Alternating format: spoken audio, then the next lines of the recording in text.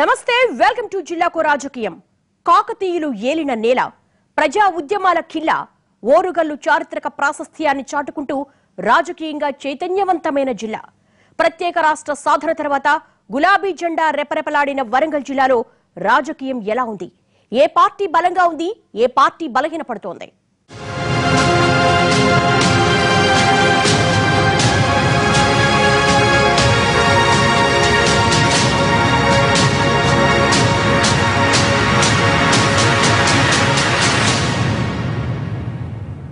తెలంగాణ ఉద్యమంలో కీలక భూమిక వహించిన జిల్లాలో రాజకీయం రంగులు మారింది. ఒకప్పుడు కాంగ్రెస్ టీడీపీ పోటాపోటీగా ఉన్న చోట గులాబీ జెండా రెపరెపలాడింది. ముగ్గురు ఎమ్మెల్యేలు కండువాలు మార్చారు. కీలక నేతలు అటు ఇటు మారుతున్నారు. టీఆర్ఎస్ మళ్లీ తొడగొడుతుందా? కాంగ్రెస్ మళ్లీ నిలబడుతుందా?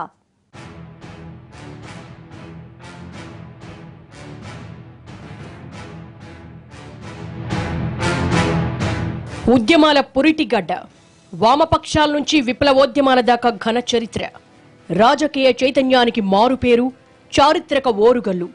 మొదట్లో కాంగ్రెస్, టీడీపీ, బీజేపీ, వామపక్ష పార్టీలకు గట్టి పట్టున్న వరంగల్ జిల్లాలో తర్వాత టీఆర్ఎస్ జెండా ఎగిరింది.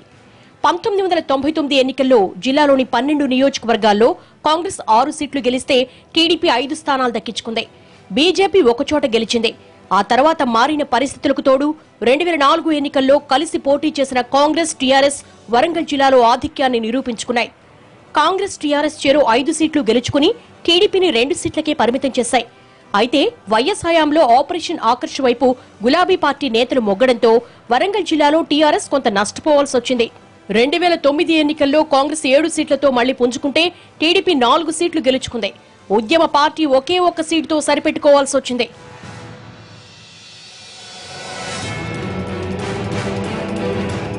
తెలంగాణ రాష్ట్రం సాకారమయ్యాక 2014లో జరిగిన ఎన్నికల్లో ఉద్యమ పార్టీకే జైకొట్టారు ఓరుగల్లు ప్రజలు.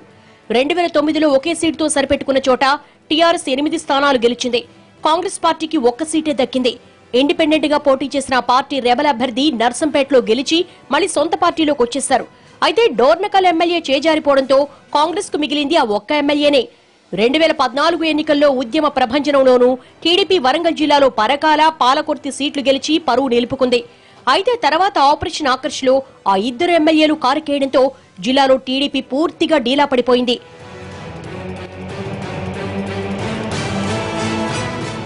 ఈ జిల్లాలో ఖచ్చితంగా మేము 8 నుంచి 10 సీట్లు గెలుస్తాం. ఇక్కడ 600 అయినా ఇక్కడ 8 అయితే ఖచ్చితంగా ఇంకా 2 సీట్లలో గెలిచే అవకాశం, 10 సీట్లు గెలిచే అవకాశం మాకుంది. కాంగ్రెస్ పార్టీకి ఇప్పటికే ప్రజలు ఓటు వేయడానికి ఎప్పుడు ఎన్నికలు పెడితే అప్పుడు ఓటు వేయడానికి సిద్ధంగా ఉన్నారు. మహబూబాద్ పార్లమెంట్, వరంగల్ లోక్సభ స్థానాన్ని గెలుస్తాం. ఎందుకంటే ఎంపీ అంటే ఎట్లుంటాడో తెలియదు. ఎంపీ అని మీరు ఎవరైనా అడుగులు ఎవరా మన ఎంపీ అంటే 5 నిమిషాలు పడుతుంది, ఆలోచించుకొని చెప్పాలి. అంటే ఎంపీల పట్ల ఆ పరిస్థితి, ప్రభుత్వం పట్ల ఈ పరిస్థితి. కేసీఆర్ గారి చేపట్టినటువంటి అనేక సంక్షేమ ఫలితంగానే మేము ఎప్పుడు ఎన్నికలు వచ్చినా కూడా మేము ఎదుర్కొనడానికి సిద్ధంగా ఉన్నాం. కేసీఆర్ గారు చేపట్టినటువంటి సంక్షేమ పథకాల ఫలితంగానే ఈరోజు మరి రాష్ట్రంలో టీఆర్ఎస్ పార్టీకి అనుకూలంగా పవనాలు ఉన్నాయి. ఎప్పుడు ఏ సమయంలో ఎన్నికలు వచ్చినా కూడా సుమారు 100 సీట్ల పైగా మేము గెలవబోతున్నామని కూడా ఈ సందర్భంగా ధీమాతోనే ఉన్నాం. 2014 ఎన్నికల తర్వాత గడిచిన 4 ఏళ్లలో కాంగ్రెస్ కొంత పుంజుకుంటే కొందరు అధికార పార్టీ ఎమ్మెల్యేలపై ఆయా నియోజకవర్గాల్లో అసంతృప్తి కనిపిస్తోంది. కాంగ్రెస్, టీడీపీల నుంచి 3 ఎమ్మెల్యేలు వచ్చి చేరడంతో జిల్లాలో టీఆర్ఎస్ బలం 11కు పెరిగినా కొన్ని చోట్ల వర్గపోరు తలనొప్పిగా మారింది. అందుకే వరంగల్ టీఆర్ఎస్ నేతలు తమ వ్యక్తిగత బలం కంటే కేసీఆర్ పై నమ్మకంతోనే టికెట్ల వేటలో పడ్డారు. టికెట్ తెచ్చుకుంటే చాలు అనుకునే అంచనాతో కొందరున్నారు. అయితే విపరీతంగా వలసల్ని ప్రోత్సహించడంతో వరంగల్ టీఆర్ఎస్ ఓవర్లోడ్ అయింది. కొత్త పాత నేతల మధ్య సయోధ్య కుదరక గ్రూపు రాజకీయాలు పెరిగిపోయాయి. నర్సంపేట మినహాయిస్తే వరంగల్ జిల్లా అంతటా టీఆర్ఎస్ ఎమ్మెల్యేలు ఉన్నా సగానికి పైగా నియోజకవర్గాల్లో 2కి మించి టికెట్లు ఆశిస్తూ ఉండడం పార్టీకి తలనొప్పిగా మారింది. ఉమ్మడి వరంగల్ జిల్లాలో 4 సిట్టింగ్ ఎమ్మెల్యేలకు వచ్చే ఎన్నికల్లో టికెట్లు అనుమానమే అన్న ప్రచారం జరుగుతోంది.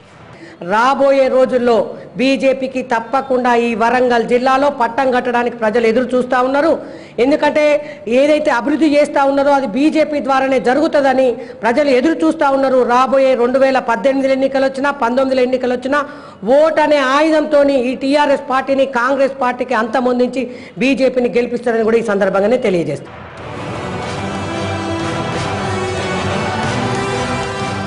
ఒకప్పుడు గట్టి పట్టున్న వరంగల్ జిల్లాలో ఈసారి ఎలాగైనా సత్తా చాటాలనుకుంటోంది కాంగ్రెస్.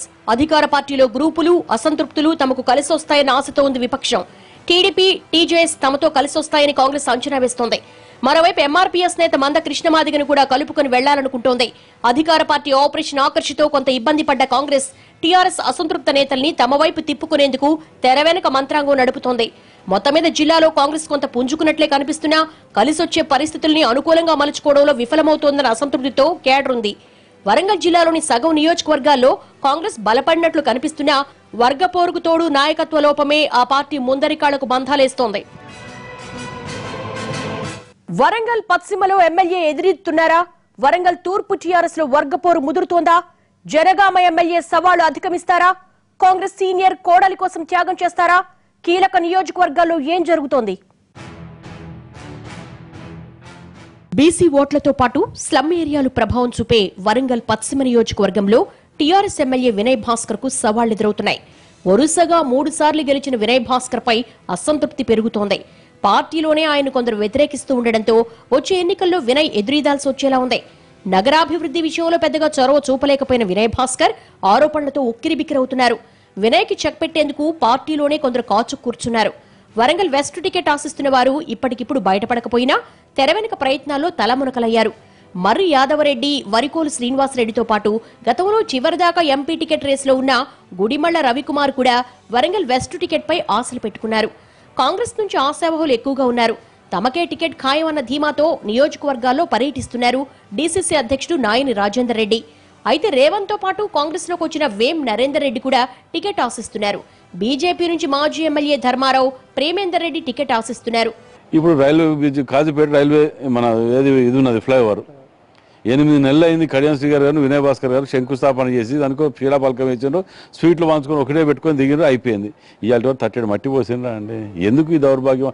అది కాకుండా నగరానికి ఇంకేం చేసిండంటే వీళ్ళు కొన్ని నెలలకు మందు పెడితే ఉన్న నెలకు కూర్చిపోయినట్టు ఇచ్చిన డబ్బులు ఖర్చు పెట్టే స్థితిలో లేరు. ఒకటి డిపిఆర్లు పెట్టారా, 300 కోట్లు వచ్చినాక డీటెయిల్ ప్రాజెక్ట్ ఇప్పుడు ఎక్కడ ఉన్నదా మీ దగ్గర? ఏది లేదు.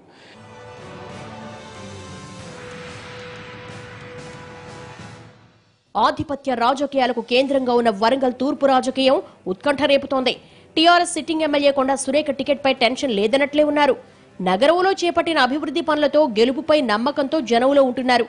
అయితే వరంగల్ తూర్పులో అధికార పార్టీలో విభేదాలు ముదిరిపోయాయి. నగర మేయర్ నరేందర్, ఎర్రబెల్లి ప్రదీప్రావు, మాజీ మంత్రి సారయ్య ఇక్కడి నుంచి టికెట్ ఆశిస్తున్నారు. రాజకీయ విభేదాలతో కొండా సురేఖకు టికెట్ రాకుండా అడ్డుకునేందుకు పార్టీలోనే ఆమె వ్యతిరేకులు చేస్తున్న ప్రయత్నాలతో ప్రతిపక్ష పార్టీ కూడా ఈ సీటుపై ఆశలు పెంచుకుంటోంది. అధికార పార్టీ విభేదాలు కలిసొస్తాయన్న అంచనాతో వరంగల్ తూర్పు టికెట్ కు కాంగ్రెస్ నేతలు పోటీ పడుతున్నారు. నగర కాంగ్రెస్ అధ్యక్షుడు శ్రీహరి, మాజీ మేయర్ ఎర్రబెల్లి స్వర్ణ, ఈ మధ్య టీఆర్ఎస్ నుంచి కాంగ్రెస్ లోకి చేరిన అచ్చా విద్యాసాగర్ రావు కూడా టికెట్ ఆశిస్తున్నారు. కొండా దంపతుల రాజకీయం స్వపక్షంతో పాటు విపక్షంలోనూ ఆసక్తి రేపుతోంది.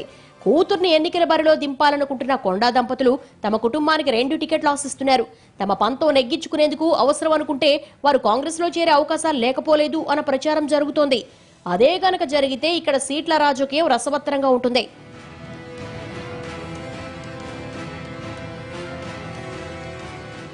జనగామ నియోజకవర్గంలో అధికార పార్టీ ఏవో ఓ కార్యక్రమాలతో కేడర్లో జోష్ నింపుతున్నా పార్టీ ఎమ్మెల్యే ముత్తిరెడ్డి యాదగిరిరెడ్డిపై పార్టీ నేతలు, కార్యకర్తలు కాస్త అసంతృప్తిగానే ఉన్నారు.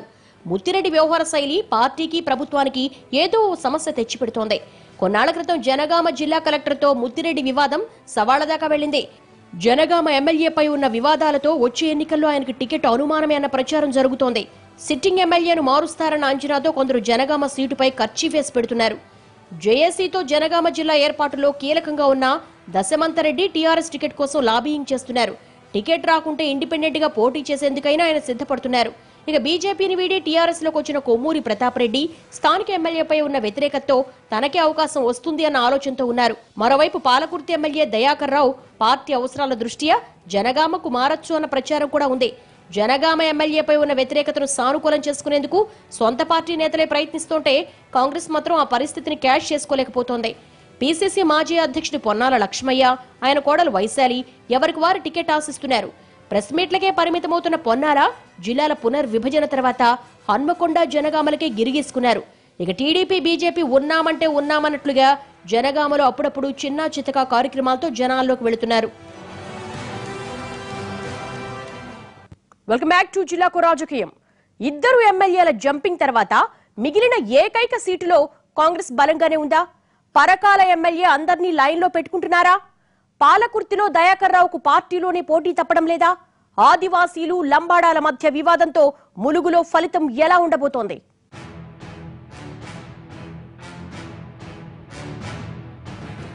ఉమ్మడి వరంగల్ జిల్లాలో మిగిలిన నియోజకవర్గాలకు పూర్తి భిన్నంగా ఉంటుంది నర్సంపేట రాజకీయం. 1994 వరకు ఎంసీపీఐ నేత మద్దికాయల ఓంకార్ హవానే నడిచింది ఇక్కడ. 1994, 1999 ఎన్నికల్లో గెలిచిన టీడీపీ నర్సంపేటలో గట్టి పునాది వేసుకుంది. ప్రస్తుత పరిస్థితుల్లో అధికార పార్టీకి నర్సంపేటలో విజయం అంత ఈజీ కాదు అన్న అభిప్రాయం ఉంది. గత ఎన్నికల్లో గెలిచిన ఇండిపెండెంట్ ఎమ్మెల్యే దొంతి మాధవరెడ్డి కాంగ్రెస్ అభ్యర్థిగా బరిలో నిలవబోతున్నారు. రెబల్గా పోటీకి దిగి నర్సంపేట ఎమ్మెల్యేగా ఎన్నికై కాంగ్రెస్ లో చేరిన దొంతి మాధవరెడ్డి పార్టీ క్యాడర్ను కాపాడుకుంటున్నారు. నియోజకవర్గంపై పట్టు నిలుపుకునేందుకు నిత్యం ప్రజల్లోనే ఉంటున్నారు. అయితే కాంగ్రెస్ లో వర్గపోరు దొంతి ముందున్న సవాల్. మరోవైపు నర్సంపేటలో పట్టు కోసం అధికార పార్టీ కష్టపడాల్సి వస్తోంది.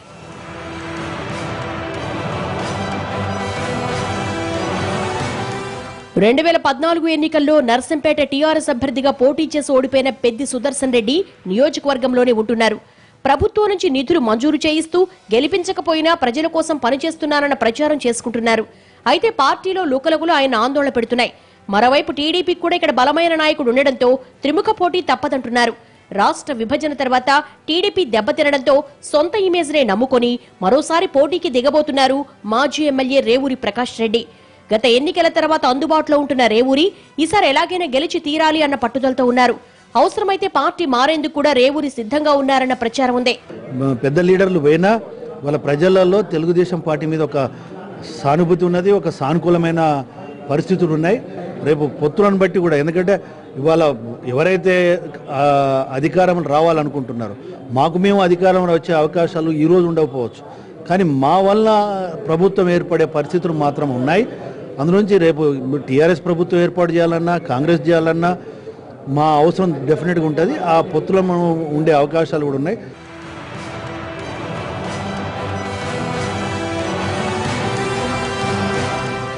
ఒకప్పుడు ఎస్సీ రిజర్వ్డ్ గా ఉండి తర్వాత జనరల్ కు మారిన పరకాల నియోజకవర్గంలో కాంగ్రెస్ కు గట్టి పట్టుంది. బీజేపీని 2 సార్లు గెలిపించిన పరకాల ఓటర్లు టీడీపీని కూడా ఆదరించారు. తెలంగాణ సెంటిమెంట్ బలంగా తీవ్ర ప్రభావం చూపిన 2014 ఎన్నికల్లోనూ టీడీపీ ఇక్కడ నెగ్గుకొచ్చింది. పరకాలలో 3 సార్లు ఓటమి పాలయ్యారన్న సానుభూతి కూడా ధర్మారెడ్డికి కలిసొచ్చింది.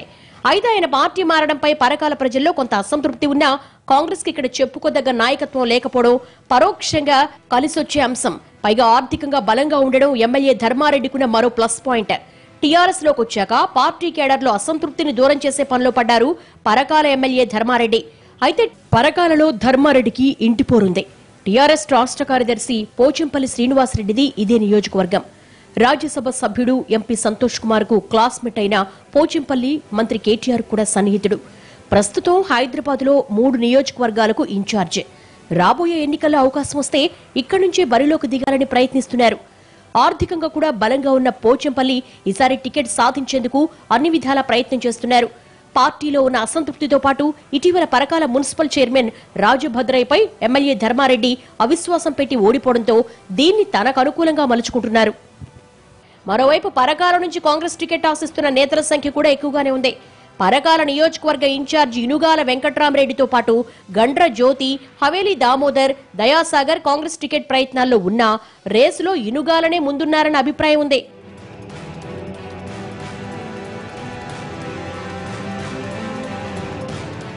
పాలకుర్తి నియోజకవర్గంలో పోటీ హోరాహోరీగా ఉంది. అధికార ప్రతిపక్ష పార్టీ నేతల పోటాపోటీ పర్యటనలతో అప్పుడే ఎన్నికల వాతావరణం కనిపిస్తోంది.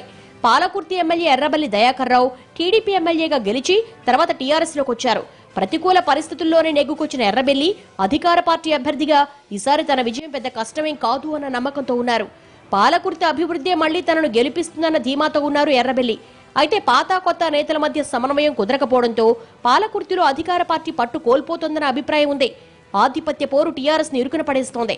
తెలంగాణ ఉద్యమంలో కీలకంగా ఉన్న తక్కెళ్లపల్లి రవీందర్రావు పాలకుర్తి సీటుపై కన్నేశారు. డాక్టర్ సుధాకర్ రావు కూడా అవకాశాలపై ఆశలు పెట్టుకున్నారు. ఇక కాంగ్రెస్ నేత జంగా రాఘవరెడ్డి ఎలాగైనా పాలకుర్తిలో జెండా పాతాలి అన్న పట్టుదలతో ముందస్తుగానే రంగంలోకి దిగారు. అయితే ఎర్రబెల్లి దయాకర్ రావు రాజకీయ వ్యూహాలను జంగా ఎలా ఎదుర్కొంటారన్నదే ఆసక్తికరం. మొత్తం మీద పాలకుర్తి నియోజకవర్గంలో టీఆర్ఎస్ కాంగ్రెస్ మధ్య నువ్వా నేనా అన్నట్లే పోటీ ఉండబోతోంది.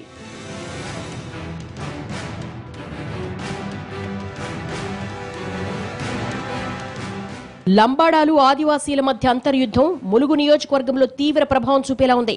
పరిష్కారం లేని ఈ సమస్య ములుగు నియోజకవర్గంలో అధికార పార్టీని ఇబ్బంది పెడుతోంది. ఈ ఎస్టీ రిజర్వ్ నియోజకవర్గంలో మొన్నటిదాకా కాంగ్రెస్ టీడీపీల మధ్య గట్టి ఫైట్ నడిచేది. తెలంగాణ ఉద్యమం తీవ్ర ప్రభావం చూపిన సమయంలోనూ ములుగులో టీడీపీ కేడర్ బలంగా ఉంది. అయితే ఆ పార్టీ మాజీ ఎమ్మెల్యే సీతక్క కాంగ్రెస్ లో చేరడంతో ములుగులో టీడీపీ ప్రభావం కొంత తగ్గింది. వచ్చే ఎన్నికల్లో ములుగులో కాంగ్రెస్ టీఆర్ఎస్ మధ్య పోటీ జరగబోతోంది. ఇక్కడ నుంచి గెలిచి మంత్రైన చందూలాల్ పై అసంతృప్తి ఉంది. అనారోగ్యంతో అందుబాటు తగ్గడంతో ఆశించిన స్థాయిలో పనులు చేయలేకపోయారు చందూలాల్.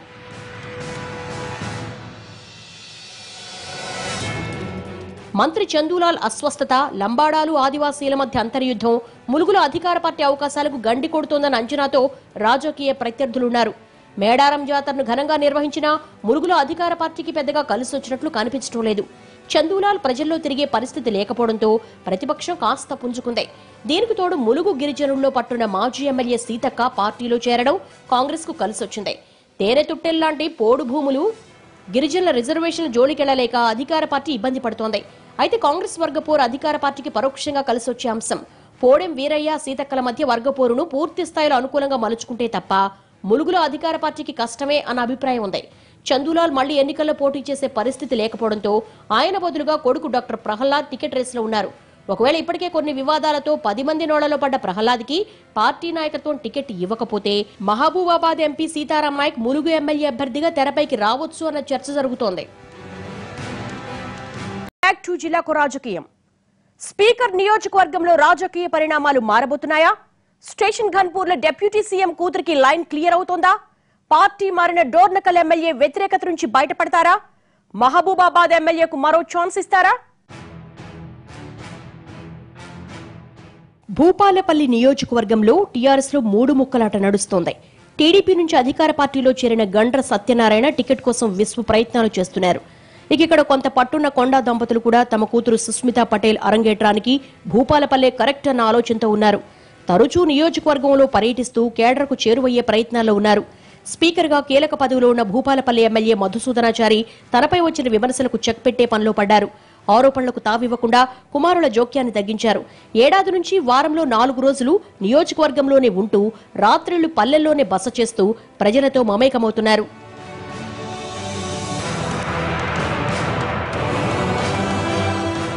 భూపాలపల్లి ప్రాంతంలో సింగరేణి ఎన్నికల్లో అధికార పార్టీకి ప్రతికూల ఫలితాలు రావడంతో ఈ వ్యతిరేకతను సొమ్ము చేసుకునే పనిలో ఉంది కాంగ్రెస్ పార్టీ.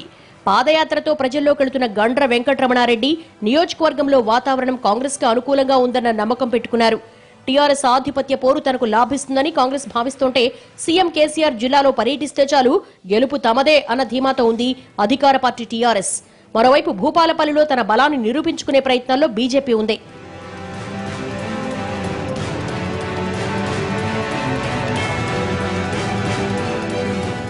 ఎస్సీ రిజర్వ్ నియోజకవర్గమే అయినా హాట్ గా ఉంది స్టేషన్ ఘన్పూర్ రాజకీయం. మాజీ డిప్యూటీ సీఎం టి రాజయ్య ఎమ్మెల్యేగా ఉన్న ప్రస్తుత డిప్యూటీ సీఎం కడియం శ్రీహరి కూతురు కావ్యతో పాటు రాజారపు ప్రతాప్ టీఆర్ఎస్ టికెట్ కోసం సీరియస్ గా ట్రై చేస్తున్నారు. ఎమ్మెల్యే రాజయ్యపై నియోజకవర్గంలో తీవ్ర అసంతృప్తి కనిపిస్తోంది. స్టేషన్ ఘన్పూర్, జఫర్గఢ్ మండలాలను జనగాం జిల్లాలో చేర్చలేకపోయారని రాజయ్యపై వ్యతిరేకత ఉంది. 3 సార్లు గెలిచిన డాక్టర్ రాజయ్య ఈసారి కూడా గెలిస్తే కడియం శ్రీహరి తన సొంత నియోజకవర్గమైన స్టేషన్ ఘన్పూర్ పై ఆశలు వదులుకోవాల్సిందే అన్న అభిప్రాయం ఉంది. ఇప్పటికే రాజయ్యను వ్యతిరేకిస్తున్న కడియం వర్గం వచ్చే ఎన్నికల్లో ఆయనకు వ్యతిరేకంగా పనిచేసే అవకాశాలు కనిపిస్తున్నాయి. కాంగ్రెస్ అభ్యర్థిని బట్టి కూడా రాజయ్య విజయ అవకాశాలు ఆధారపడి ఉన్నాయన్న వాదన ఉంది. గుండె విజయరామారావు పోటీ చేస్తే రాజయ్య పని సులువవుతుందని, కాంగ్రెస్ నుంచి ఇందిర దిగితే రాజయ్యకు గట్టి పోటీ తప్పదు అన్న అంచనాలున్నాయి. మరోవైపు కడియం కూతురు కావ్య స్టేషన్ ఘన్పూర్ నుంచి టీఆర్ఎస్ అభ్యర్థిగా తెరపైకొస్తే కాంగ్రెస్ కూడా మహిళా అభ్యర్థికే ప్రాధాన్యం ఇచ్చే అవకాశాలున్నాయి.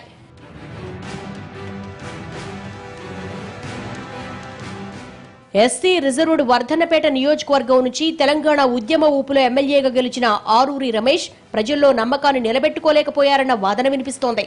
అయితే వర్ధన్నపేటలో బలమైన కాంగ్రెస్ నేత లేకపోవడంతో సిట్టింగ్ ఎమ్మెల్యే ఊపిరి పీల్చుకున్నారు. మాజీ ఎమ్మెల్యే కొండేటి శ్రీధర్ నియోజకవర్గంలో ఆశించిన స్థాయిలో పర్యటించడం లేదు. దీంతో మాజీ ఎంపీ రాజయ్యను కాంగ్రెస్ పార్టీ వర్ధన్నపేట నుంచి బరిలోకి దించొచ్చు అన్న చర్చ జరుగుతోంది. కాంగ్రెస్ నుంచి కొండేటితో పాటు మరో 3 నాయకులు టికెట్ ప్రయత్నాల్లో ఉన్నారు. ఆరూరి రమేష్ పనితీరుపై అసంతృప్తితో ఒకవేళ టీఆర్ఎస్ టికెట్ నిరాకరిస్తే తన కూతురు కావ్యకు వర్ధన్నపేట టికెట్ అడగాలన్న ఆలోచనతో డిప్యూటీ సీఎం కడియం శ్రీహరి ఉన్నారని సమాచారం. వర్ధన్నపేట నియోజకవర్గంలో అనేక అభివృద్ధి సంక్షేమ కార్యక్రమాలతో పాటు గత కొన్ని సంవత్సరాలుగా పరిష్కారం దొరకని పనులను ఈ టర్మ్లో కంప్లీట్ చేసుకోవడం జరిగింది. అందుకనే మరి వర్ధన్నపేట నియోజకవర్గ ప్రజలు తప్పకుండా నన్ను ఆశీర్వదిస్తారు. తెలంగాణ రాష్ట్రంలో కేసీఆర్ గారు ముఖ్యమంత్రిగా బాధ్యతలు చేపడతారు. మళ్ళీ టీఆర్ఎస్ ప్రభుత్వం వస్తుంది.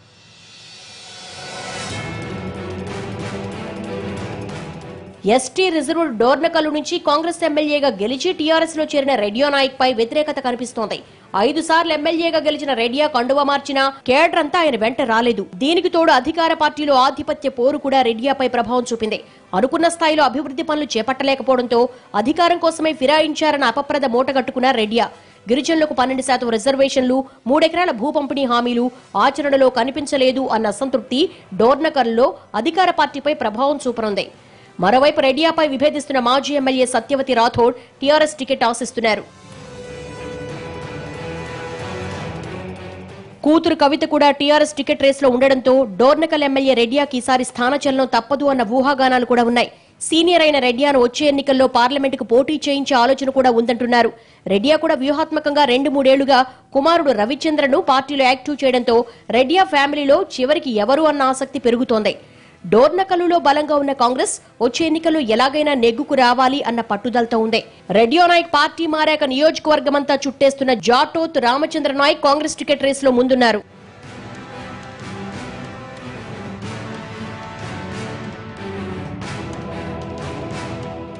మరో ఎస్టీ రిజర్వ్ నియోజకవర్గం మహబూబాబాద్ లోనూ అధికార పార్టీ పరిస్థితి అంత ఆశాజనకంగా లేదు అన్న వాదన ఉంది. లంబాడా ఓటర్లు ఎక్కువగా ఉన్న మహబూబాబాద్ లో టీఆర్ఎస్ ఎమ్మెల్యే శంకర్ నాయక్ పై తీవ్ర అసంతృప్తి ఉంది. 3 ఎకరాల భూమి ఇవ్వకపోగా పోడు భూముల్ని లాక్కునే ప్రయత్నాలపై గిరిజనులు ఆగ్రహంతో ఉన్నారు. కొన్ని వివాదాలతో ఎమ్మెల్యే ప్రతిష్ట మసకబారిందే. కలెక్టర్తో అనుచితంగా ప్రవర్తించారన్న వివాదం సర్దుమణిగినా మచ్చగానే మిగిలింది. ఎమ్మెల్యేపై అసంతృప్తి మహబూబాబాద్ లో కాంగ్రెస్ పార్టీకి కలిసొచ్చే అంశం. సిట్టింగును మారిస్తే సీటు తనకేనన్న ఆశతో ఉన్నారు మాజీ ఎమ్మెల్యే కవిత. ప్రభుత్వం గిరిజనులకు ఇచ్చిన హామీలు నెరవేరకపోవడం, టీఆర్ఎస్ ఎమ్మెల్యేపై వ్యతిరేకత తమకు కలిసొస్తాయన్న ఆశతో ఉంది కాంగ్రెస్. దీనికి తోడు మహబూబాబాద్ లో ఆ పార్టీ పుంజుకోవడంతో 4-5 నేతలు టికెట్ ప్రయత్నాల్లో మునిగిపోయారు.